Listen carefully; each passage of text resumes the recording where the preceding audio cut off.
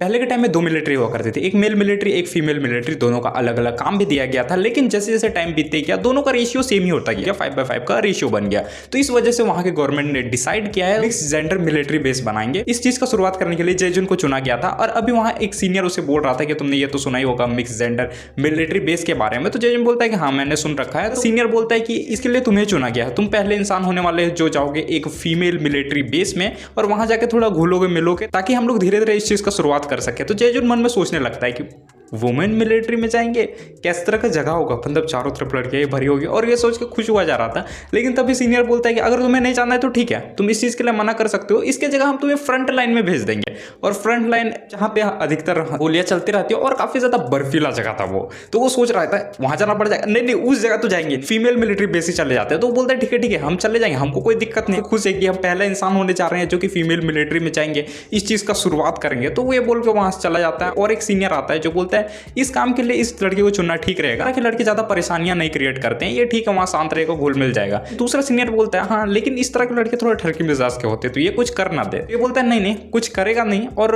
ये संभाल लेगा। अगला दिन इसका ज्वाइनिंग होता है फीमेल मिलिट्री में, जहां ज्वाइन होने के बाद ये देख रहा था कि यहाँ का जगह किस तरह है। तभी वो देखता है कि कुछ लड़कियां वहां पे मस्ती मजाक में लड़ रही हैं और वो बस उन्हें घूरे जा रहा था। उसके बाद जैसे वो लोग इसका तरफ देखते हैं आंख हटा लेता है और सीधे देखने लगता है और सोच रहा होता है कि किस जगह पे आ गए, मेरे लिए थोड़ा अलग है, और वो शर्माए जा रहा था। अभी उससे एक लड़की टकरा जाती है जो बोलती है कि यहाँ पे क्या कर रहे हो, ये तो एक फीमेल मिलिट्री बेस, तुम गलत जगह पे आ गए हो। तो जजेन बोलता है नहीं मैं गलत जगह पे नहीं आया, जेंडर मिलिट्री बेस का जो प्रोग्राम चल रहा है उसका मैं हिस्सा हूँ। तो वो लड़की बोलती है कि हाँ वो प्रोग्राम तो मेरे ही बैच का अंदर चल रहा है, यानी तुम मेरा ही बटालियन का हिस्सा हो। क्या दोनों एक दूसरे को इंट्रोड्यूस करते हैं कि वो कौन है, उसके बारे में पूछता है कहाँ से आया है, क्या क्या करता है। और उसके बाद वो लड़की बताती है कि तुम्हें शायद सीनियर से मिल लेना चाहिए अगर अभी तक तुम मिले नहीं हो तो। उसके बाद जयजुन उससे मिलने के लिए चला जाता है। तो जब वहाँ पे जाता है तो पार्क यूमी उसे मिलती है, बताती है कि उसे किसका अंडर काम करना है और कब से उसे क्या क्या काम करना है, और ये सब के लिए वो उसे दूसरे के पास भेजता है, उसे सारा काम समझा देगी। तो वहां से पूरा काम खत्म करने के बाद वो जा रहा होता है कैप्टन के पास जो उसे काम समझाएगी। तो जब वो जा रहा होता है तो काफी लड़कियां जो है वहां से गुजर रही होती है और उसका तरफ देख के हंस रही होती है, कुछ बातें कर रही होती है,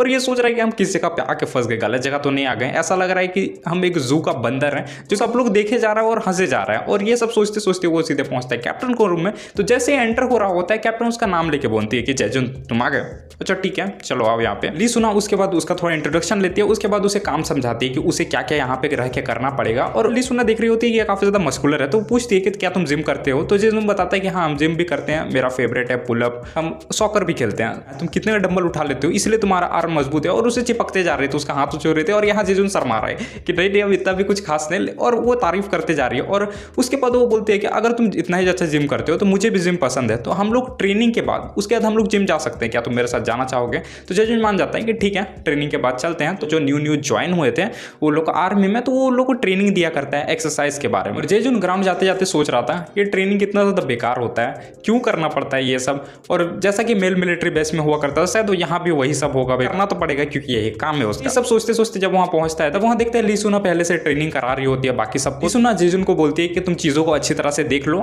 कल से तुम्हें भी यही सब करवाना है, किस तरह कमांड किया जाता है ये सब तुम ध्यान से सुनना। और उसके बाद ये भी बोलती है कि हमने ये सब करने के बाद जिम भी जाना है, तुम्हें याद तो है। तो जयजुन बोलता है हाँ मुझे याद है। तो उसके बाद वो लोग रनिंग से स्टार्ट करते हैं। तो रनिंग जैसे जैसे कंप्लीट होता है सब लोग काफी ज्यादा थक गए होते हैं, और वो लोग को इतना ज्यादा पसीना आ रहा था कि एक ने टी शर्ट उठा के सीधे चेहरा पोंछ लिया, और जयजुन का भी नजर पड़ा उसी पे, और उसे रियलाइज हो अरे कुछ गड़बड़ हो चुका है। तभी उसके बगल वाली लड़की बोलती है कि तुमने एजाज में उसके किया ना। तो बोल रही है नहीं, और उधर जयजुन शर्माए जा रहे हैं। तो उसके बाद उसे कैप्टन लेती है और बोलती है कि चलो अब जिम का टाइम हो चुका है, हम लोग जिम चलते हैं। लोग पहुंचते हैं ट्रेनिंग एरिया में जहां पे काफी अच्छे अच्छे डंबल रखे हुए रहते हैं। तो कैप्टन बोलते हैं कि हम लोग पहले आज लेग और शोल्डर का वर्कआउट करेंगे। तो उसके बाद वो डंबल को सजाती है कि हम पहले स्टार्ट करते हैं तो मुझे सपोर्ट देना। और इस टाइम पे जैसे वो सपोर्ट देने जा रहा है वो काफी ज्यादा शर्मा रहा है, क्योंकि सपोर्ट देने में उसे उसके साथ चिपकना पड़ रहा है, और वो शर्माते जा रहा है क्योंकि वो ऐसे लड़कियों से ज्यादा घुल मिल के रहता नहीं है, और इससे पहले वो ज्यादा लड़कियों से बात भी नहीं करता था। यही आने के बाद उसका बातचीत स्टार्ट हुआ, तो जब इतना चिपका हुआ था उसे थोड़ा अजीब भी फील आ रहा था। हालांकि वो रिएक्शन धीरे धीरे वो चेहरा से हटा लिया था, लेकिन उसका बॉडी में नजर आ रहा था। थोड़ा दूर हटके घूम गया दूसरी साइड ताकि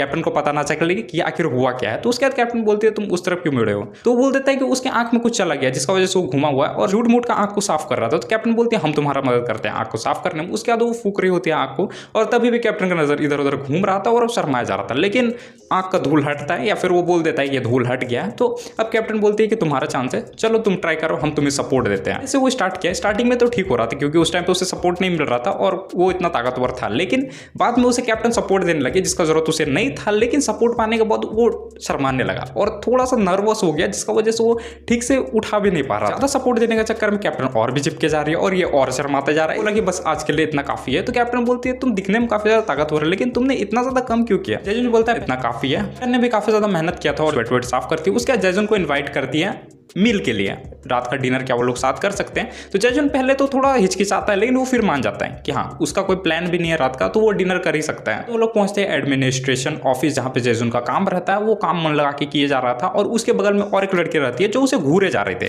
क्योंकि जैजुन इस टाइम पे कुछ सोच रहा था कि आखिर क्या क्या हुआ उस टाइम में जिम में उसके साथ, वो सब सोच ही रहा था। तभी उसका ध्यान पड़ता है ये लड़की उसे घूरे जा रही है। तो ये पूछता है कि क्या तुम्हें मुझसे कुछ काम है, कुछ क्या हम तुम्हें देख रहे हैं क्योंकि एक फीमेल मिलिट्री ग्रुप में तुम अकेले हो इसलिए तुम्हें देख रहे हैं। कैप्टन आती है जो बोलती है कि उसका काम अभी का खत्म हो गया और जो भी नाइट का काम है वो तुम संभाल लोगे। तो वो मान जाती है कि वो संभाल लेगी। बोलती है कि रात का हम लोग का डिनर का प्लान है तो चलो चलते हैं। वो लोग इस कार से पहुंचते हैं। घर काफी ज्यादा बढ़िया रहता है, ठीक ठाक सा। जैजुन इधर उधर देख रहा था घर कैसा है और उसके बाद कैप्टन बोलती है कि हम खाना ऑर्डर कर दिए लेकिन बस वही काफी नहीं रहेगा, इसका साथ हम कुछ और भी बना देते हैं, तब तक तुम हाथ धो लो। जैजुन बोलता है कि नहीं हम मदद करना चाहते हैं। बोलती है ये एक आदेश है, तुम्हें मानना ही पड़ेगा, तुम जाके हाथ धो, तुम्हें कोई काम नहीं करना है, तुम मेरे मेहमान हो। तो पहुंचता है हाथ धोने के लिए जहाँ पे वो हाथ धो ही रहा होता है। तभी उसका नजर इधर उधर घूमता है और वॉशिंग मशीन में पहुंचता है। वो देखता है कोई कपड़ा है और उसे उठा कर देखता है कि आखिर ये है किस तरह का। और जैसे उसे देखता है वो अलग ही इमेजिनेशन में खो जाता है और थोड़ा शर्मा रहा होता है। तभी बाहर से आवाज आता है कि तुम्हें हाथ धोने में कितना टाइम लग रहा है, क्या कुछ वहां पे प्रॉब्लम है। तो ये डर जाता है और उस चीज को जहां तक वहीं पे रख देता है और बाहर निकलता है। देखता है वहां पे पहले से खाना आ चुका है जो काफी ज्यादा गर्मा गर्म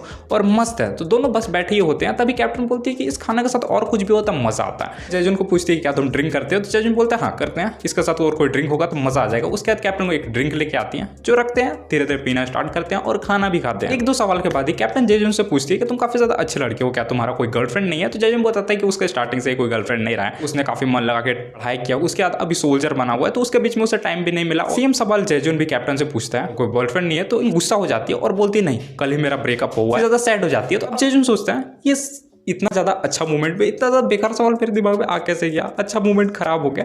और तभी कैप्टन हंसने लगती है और बोलते नहीं मजाक कर रहे हैं, हम लोग का ब्रेकअप हुए 2 साल बीत चुका है, उसके बाद से कोई भी नहीं रहा है। तो जैजुन बोलता है कोई भी नहीं, आप इतना ज़्यादा प्रिटी दिखते हैं, अगर मुझसे आप पहले मिले होते तो शायद हम लोग अभी डेट कर रहे होते। तो कैप्टन बोलते हैं तुम्हारा फ्लर्टिंग स्किल इतना भी खराब नहीं है, तुम काफ़ी ज़्यादा अच्छा फ्लर्ट करते हो। तो जैजुन बोल रहे हैं नहीं हम फ्लर्ट नहीं कर रहे हैं, हम जेन्युइन बोल रहे हैं, इस तरह का हो सकता है। तो उसके बाद कैप्टन कुछ बोलने वाली रहती है लेकिन फिर बोलती है छोड़ो इन सब चीज़ों को हटाते हैं, ड्रिंक करते हैं। उसके बाद वो लोग ड्रिंक करने स्टार्ट होते हैं और कैप्टन वहीं पे सो ही जाती है ड्रिंक करते करते। तो अब जैजुन सोच रहा है कि कैप्टन यहाँ सो गई, ये तो ठीक नहीं है, रूम के अंदर सोना चाहिए। उसके बाद वो कोशिश करता है कि उठाने का, लेकिन वो उठ नहीं रही होती है। तो ये सोचता है कि चलो इसे उठा ही के रख देते हैं बेड में। जैसे तैसे करके उठाता है और लेके जा रहा होता है बेड में और वहां पर मस्त सुला देता है।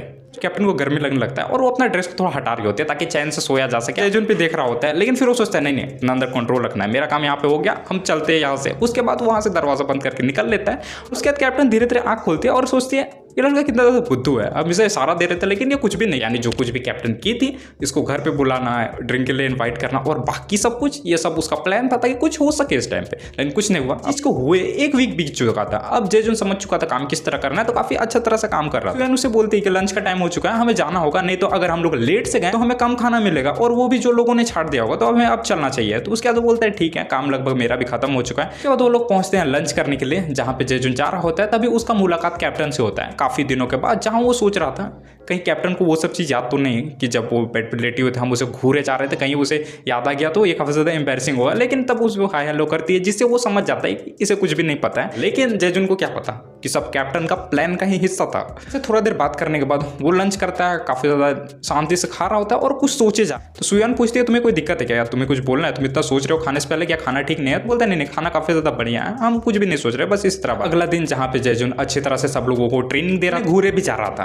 क्योंकि इतने सारे लोग हैं, ये भी ध्यान देना जरूरी है कि सब लोग ठीक से एक्सरसाइज कर रहे हैं कि नहीं। और बीच में आती है कैप्टन और पूछ रही होती है कैसा काम चल रहा है, तुम ठीक से ट्रेनिंग तो दे रहे हो ना? जैजुन बोलते हैं हाँ ठीक से हम ट्रेनिंग दे रहे हैं। और आप यहाँ पे क्या कर रहे हैं, क्या कुछ काम था? कैप्टन बोलती है नहीं बस हम इसी तरह देखने आए थे कि सब कुछ ठीक चल रहा है कि नहीं चल रहा। पूछती है तुम आज रात को क्या कर रहे हो, क्या तुम फ्री हो, क्योंकि मुझे तुमसे एक काम है, कुछ अर्जेंट काम है जिसमें तुम मेरा मदद कर सकते हो। तो थोड़ा देर जेजुन सोचता है, उसके बाद बोलता है ठीक है, वो मदद करने के लिए आ सकता है। अपना काम हम खत्म करने के बाद वो पहुंचता है सीधे उसका घर, जहां वो उसका हेल्प ही कर रहा होता है। कैप्टन का स्पोर्ट्स मसाज जो है उस चीज को सीखने में जेजुन सोच रहा है, मुझे तो कुछ और ही लगा। उसके ऊपर से लड़की अच्छी तरह से मसाज को प्रैक्टिस कर रही थी, जिसे प्रैक्टिस करने का चक्कर में जेजुन को कुछ अलग ही फीलिंग आने लगता है। कैप्टन से इतना ज्यादा टच है और कैप्टन बार बार रब किए जा रही है, तो जिसका वो कंट्रोल रखने की कोशिश कर रहा था। लेकिन कैप्टन बोलती है कि बैक साइड का हो गया, अब चलो फ्रंट साइड का तुम्हारा थोड़ा मसाज कर दे। जेजुन सोचने लगता है नहीं फ्रंट साइड में नहीं, फ्रंट साइड में कुछ गड़बड़ हो सकता है। लेकिन कैप्टन उसे डांटते हुए बोलती है कि जल्दी करो ताकि हम अपना मसाज का प्रैक्टिस कर सके। उसके बाद जेजुन घूमता है और कैप्टन को इस टाइम पे कुछ और दिखा देता है जिसके लिए वो प्रिपेयर थी और उसी का प्लानिंग कर रहे थे कि ये होना था।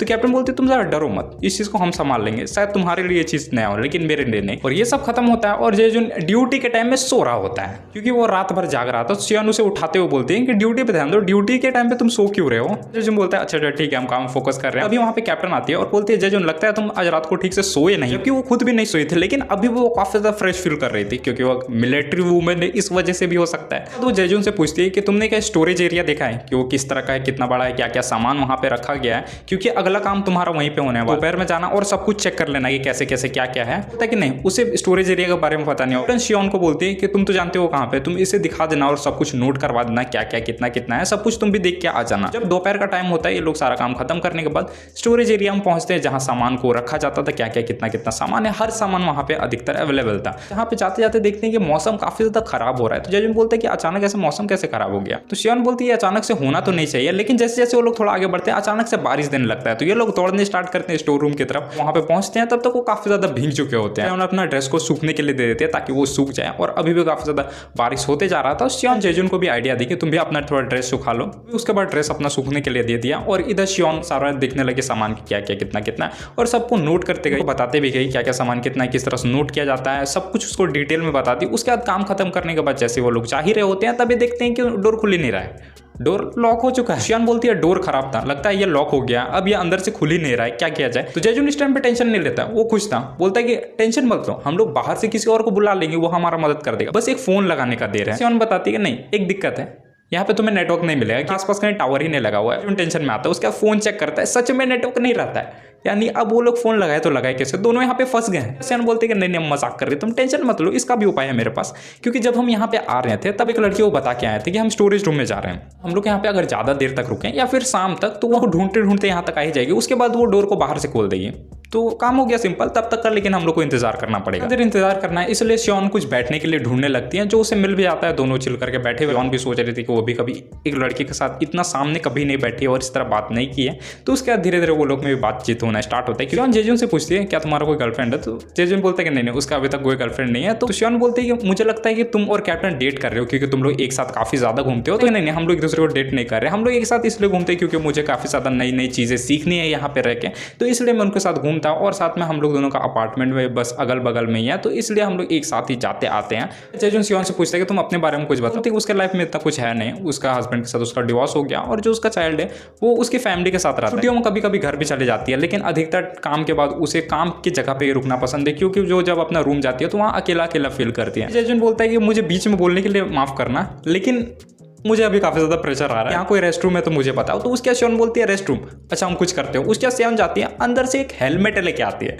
क्योंकि यहाँ रेस्ट रूम था ही नहीं, वो हेलमेट लेके आते हैं और बोलते हैं कि ये खराब हेलमेट है, तो तुम अगर इसमें कुछ करना चाहो तो वो कर दो। उसके बाद हम लोग जो ऊपर में विंडो दिख रहा है वहां से उसे बाहर फेंक देंगे। अब जेजुन सोच रहा है कि मुझे क्या ये करना पड़ेगा, मैं और थोड़ी देर रोक के भी नहीं रख सकता हूँ, और मेरा इंप्रेशन कैसा पड़ेगा, मतलब इसके सामने ये सब कुछ, और पहला बार ही हम इससे बस अच्छी तरह से बात किया और ये सब, लेकिन अभी उसे अंडर प्रेशर फील हो रहा था, तो हल्का होने के लिए वो इसी का इस्तेमाल किया। शियोन दूसरी तरफ मुड़ गई थी, लेकिन तिरछी नजर से उसे घूरे जा रही थी। तो ये सब कंप्लीट होता है, या जेजुन उसे खिड़की से बाहर फेंकता है और हेलमेट अच्छी तरह से रख देता है ताकि दूसरे बार अगर यहाँ फंस जाए तो वो काम दे दे। और अब जेजुन थोड़ा नर्वस फील कर रहा था और सोच रहा था अब किस तरह से इससे बातचीत स्टार्ट किया। तो शियोन बोलती है कि तुम काफी ज्यादा हाइट में लंबे हो, साथ में तुम्हारा हाथ और पैर भी लंबा है, तुम्हें पास तो कोई अच्छी गर्लफ्रेंड जरूर होने चाहिए। तो जेजुन सोचता है कोई हाइट के बारे में बोले ठीक है, लेकिन हाथ और पैर लंबा है इसका क्या मतलब, उसे कुछ ठीक से समझ नहीं आ रहा था। तो उसके बाद शियोन बोलती है कि हम सुने कि जिसका हाथ और पैर लंबा होता है उसका वो भी लंबा होता है। जयजून बोलता है कि नहीं इस तरह का कुछ भी नहीं होता और वो इतना भी बड़ा नहीं है। तो कितना बड़ा है, छोटा है। तो जयजून बोलते तुम किस तरह की बात किए जा रहे हो। उसके बाद वहां से उड़ जाता है ताकि इन सब सवालों का जवाब उसे नहीं देना पड़े, क्योंकि उसे भी थोड़ा थोड़ा अजीब लगा। वहाँ पे और एक फौजी आ जाते हैं जो बोलते शियोन आप अंदर में ही फंसे हैं और जयजून भी यहीं पे है क्या। तो उसके बाद बोलते हैं हाँ यहीं पे हम लोग फंस गए हैं, शायद डोर खराब हो गया, तुम बाहर से खोलने की कोशिश करो। तो उसके बाद वो लोग डोर को ओपन करते हैं, बाहर निकलते हैं और थोड़ा चैन का सांस लेते हैं। उसके बाद ये लोग पहुंचते सीधे लॉन्ड्री रूम, जहाँ पे जो ड्रेस भीग गया तो उसे वॉश करते हैं और थोड़ा देर अपने आप को ड्राई करते हैं। वो बोलते हैं कि तुम्हारा तो अभी का काम खत्म हो गया तो तुम जल्दी घर जा सकते हो, बाकी जो भी काम है हम संभाल लेंगे। जयजून बोलता है कि तुम्हें घर जल्दी नहीं जाना। बताती हूँ नहीं मुझे वैसे भी घर जाकर कुछ करना नहीं है, हम तो अकेले रहते हैं, मेरे लिए सब कुछ बोरिंग हो जाएगा। सब बातचीत के बीच में शियोन जयजून से पूछती है कि तुम्हें आखिर किस तरह की लड़कियां पसंद, तुम मुझे बता दो, मेरे नजर में काफी है तो हम तुम्हारे लिए ढूंढ देंगे, क्योंकि तुम अभी यंग हो, तुम्हें किसी को तो डेट करना चाहिए। तो जयजून बोलता है कि तुम मेरे लड़की ढूंढने में मदद कर दोगी, या काफी ज्यादा बढ़िया बात है। तो मुझे ना ही ज़्यादा मोटी लड़कियां पसंद, ना ही कुछ ज़्यादा पतली लड़कियां पसंद है, मुझे मान लो कि तुम्हारे जैसी लड़कियां पसंद है, वो काफ़ी ज़्यादा अच्छी लगती है। शियोन सोच रही है क्या मेरे ऊपर फ्लर्ट कर रहा है कि उसके नज़र में इस तरह कोई है नहीं, अगर होगा तो वो बताइए। बोलता है अच्छा ठीक है, और ये बोलते बोलते अपना हाथ को पीछे ले आता है, जिस वजह से नल के ऊपर लग जाता है और नल गलती से चालू हो जाता है और उसका पानी उसके पैंट पे ही गिर जाता है। तो अब शियोन मदद कर रही थी उसका पैंट से पानी हटाने में, उसे वो साफ कर रही थी। उसे साफ करते करते शियोन को भी कुछ अजीब फील होता है कि हाँ कुछ तो है। उसके बाद शियोन बोलती है कि हम इसे अच्छी तरह साफ कर दे, शायद अंदर में भी पानी गिर गया हो। तो उसके बाद वो उसे हटा के ही साफ करने की कोशिश करने लगा। जयजून भी थोड़ा शर्मा रहा होता है, शियोन का कॉल आता है बात करने के लिए, थोड़ी दूर चले जाती है और जयजून सोच रहा होता है ये काफी ज्यादा अजीब मूवमेंट बन गया और वो इसी टाइम पे टर्न ऑन क्यों हो जाता हूँ, उसे अजीब ना फील हो रहा है। वो वापस आती है, उसके जयजून पूछता है सब कुछ ठीक तो है। तो शियोन मेरा काम तो अब खत्म हो चुका है। शियोन बोलती है ठीक है तुम जाओ, कोई दिक्कत का बात नहीं है। एपिसोड था बस यहीं तक, क्योंकि इसका भी चैप्टर यहीं तक आया है इसलिए सारा एक्सप्लेन कर दिया। चैप्टर आगे आता जाएगा, हम स्टोरी को कंटिन्यू करते जाएंगे।